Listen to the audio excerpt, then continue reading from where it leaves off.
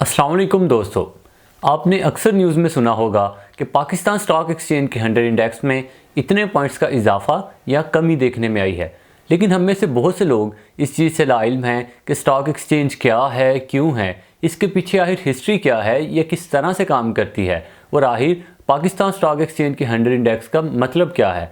तो आज की इस वीडियो में हम इन्हीं सवालों के जवाब जानने की कोशिश करेंगे। तो चलिए आज की इस वीडियो को शुरू करते हैं। स्टॉक मार्केट एक ऐसी जगह है जहां पर बहुत ज़्यादा तादाद में कंपनीज आती हैं और अपनी ओनरशिप यानी कि मलकियत को दूसरे लोगों के साथ शेयर करती हैं। इसी ओनरशिप के लिए लोग कंपनीज के शेयर्स को खरीदते हैं और उसके कुछ हिस्सा के मालिक बन जाते हैं। शेयर्स को आसान अल्फाज में आप ये समझें कि शेयर होल्डर्स बनने के बाद लोग कंपनी के प्रॉफिट या लॉस को शेयर करते हैं। अगर तो कंपनी को प्रॉफिट होता है तो उस प्रॉफिट का कुछ परसेंट उनको दे दिया जाता है और अगर कंपनी को लॉस होता है तो वो लोग कंपनी के लॉस का कुछ हिस्से को भी बर्दाश्त करते हैं। मिसाल के तौर पर आप एक कारोबार शुरू करना चाहते हैं।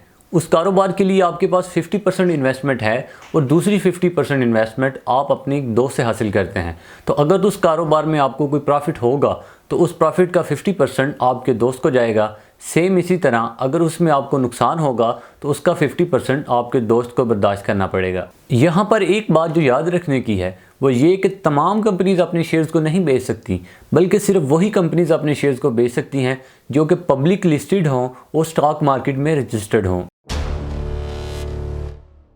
स्टॉक मार्केट की हिस्ट्री तकरीबन 400 साल पुरानी और बहुत दिलचस्प है। उस वक्त में कंपनीज ऐसे काम नहीं करती थी जैसा कि आज के दौर में करती हैं, बल्कि तब जहाज़ों के ज़रिए मुख्तलिफ़ इलाकों में जाया जाता था और वहाँ पर ट्रेड की जाती थी या वहाँ पर मौजूद मादनियात और खजानों को तलाश किया जाता था।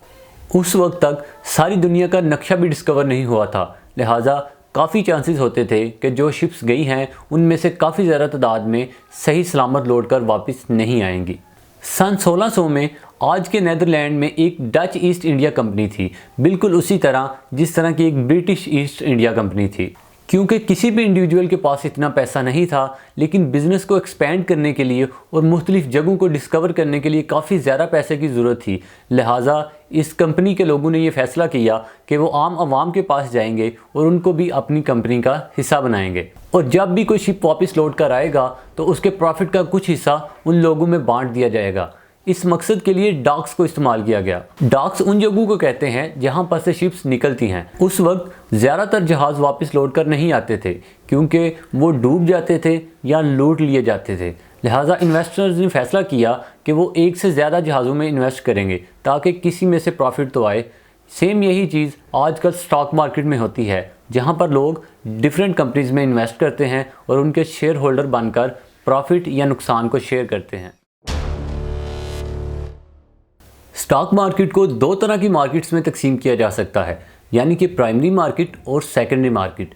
प्राइमरी मार्केट वो मार्केट है जिसमें कंपनीज खुद आकर अपने शेयर्स को ऑफ़र करती हैं और वो खुद ही अपनी कंपनी के शेयर्स की प्राइस को सेट करती हैं, लेकिन वो इसे ज़्यादा ऊपर या नीचे नहीं कर सकते क्योंकि ये ज़्यादातर डिमांड पर डिपेंड करता है और इसमें और बहुत से भी फैक्टर्स इन्वॉल्व होते हैं, यानी कि कितने लोग इस कंपनी के शेयर्स को ख़रीदना चाह रहे हैं और इसकी कितनी डिमांड है। IPO यानी कि initial public offering primary market की एग्जांपल है, जिसमें कोई भी कंपनी पहली दफ़ा आकर अपने शेयर्स को ऑफ़र करती है। इस मकसद के लिए कंपनीज डिफरेंट तरह की फाइनेंशियल डिटेल्स इन्वेस्टर के साथ शेयर करती है ताकि वो उससे मुतासर होकर शेयर्स को खरीदें। दूसरी तरह की मार्केट है सेकेंडरी मार्केट, जिसमें इन्वेस्टर्स आपस में एक दूसरे के साथ शेयर्स को ट्रेड करते हैं। मिसाल के तौर पर अगर आप अमेज़ॉन के शेयर्स को ख़रीदना चाहते हैं तो आप किसी ऐसे बंदे जिसने ऑलरेडी अमेज़ॉन के शेयर्स को ख़रीदा हो उससे शेयर्स को ख़रीदेंगे। इस मकसद के लिए अमेज़ॉन आपको खुद डायरेक्टली आके शेयर्स को नहीं बेचेगा। यहाँ पर एक बात याद रखने की यह भी है कि कोई भी कंपनी अपने तमाम के तमाम शेयर्स नहीं बेच देती, बल्कि 50% से ज़्यादा शेयर्स अपने पास रखती है ताकि डिसीजन पावर उसके पास रह सके। दो तरह के शेयर्स होते हैं, कॉमन शेयर्स और प्रेफर्ड शेयर्स। इसमें फ़र्क ये होता है कि कॉमन शेयर्स वालों के पास एक्चुअल वोटिंग पावर होती है और वो जिसकी बेस पर वो एनुअल जनरल मीटिंग्स में वोटिंग कर सकते हैं या अपनी राय पेश कर सकते हैं। इसके अलावा बोर्ड ऑफ डायरेक्टर्स और ऑडिटर्स के तयन के लिए वो वोटिंग में भी हिस्सा ले सकते हैं। दूसरी तरफ प्रेफर्ड शेयर्स वालों के पास कॉमन शेयर्स के ऊपर एक प्रेफरेंस होती है, यानी कि डिविडेंड मिलते वक्त प्रेफर्ड शेयर्स वालों को कॉमन शेयर्स के ऊपर प्रेफरेंस मिलती है। पाकिस्तान के अंदर 3 स्टॉक एक्सचेंजेस काम कर रही हैं, Islamabad stock exchange, Lahore stock exchange और कराची स्टॉक एक्सचेंज, जिसको पाकिस्तान स्टॉक एक्सचेंज भी कहा जाता है। इन स्टॉक एक्सचेंजेस के अंदर एक इंडेक्स को यूज़ किया जाता है जिसको 100 इंडेक्स कहा जाता है। इस इंडेक्स का मतलब ये है कि मार्केट के अंदर मार्केट कैपिटलाइजेशन के हिसाब से जो टॉप 100 कंपनीज़ हैं वो इस इंडेक्स में शामिल होंगी। जो लोग मार्केट कैपिटलाइजेशन को नहीं समझते उनके लिए मैं बता देता हूं कि मार्केट कैपिटलाइजेशन का मतलब ये है कि अगर कोई कंपनी 1000 शेयर को ट्रेड कर रही है 10 रुपये पर, यानी कि उसके एक शेयर की कीमत 10 रुपये है, तो उसका मार्केट कैपिटलाइजेशन 10,000 बनेगा। इस तरह हर कंपनी का मार्केट कैपिटलाइजेशन चेक किया जाता है और जो कंपनीज भी टॉप 100 पर आती है उनको इस इंडेक्स में शामिल कर लिया जाता है। इसके अलावा आपको पाकिस्तान स्टॉक एक्सचेंज के 100 इंडेक्स में कुछ वैल्यूज़ नज़र आती हैं, यानी कि 35,000, 40,000, 42,000। इन नंबर्स की खुद में कोई वैल्यू नहीं है, बल्कि ये रैंडमली सेलेक्ट कर लिए गए हैं।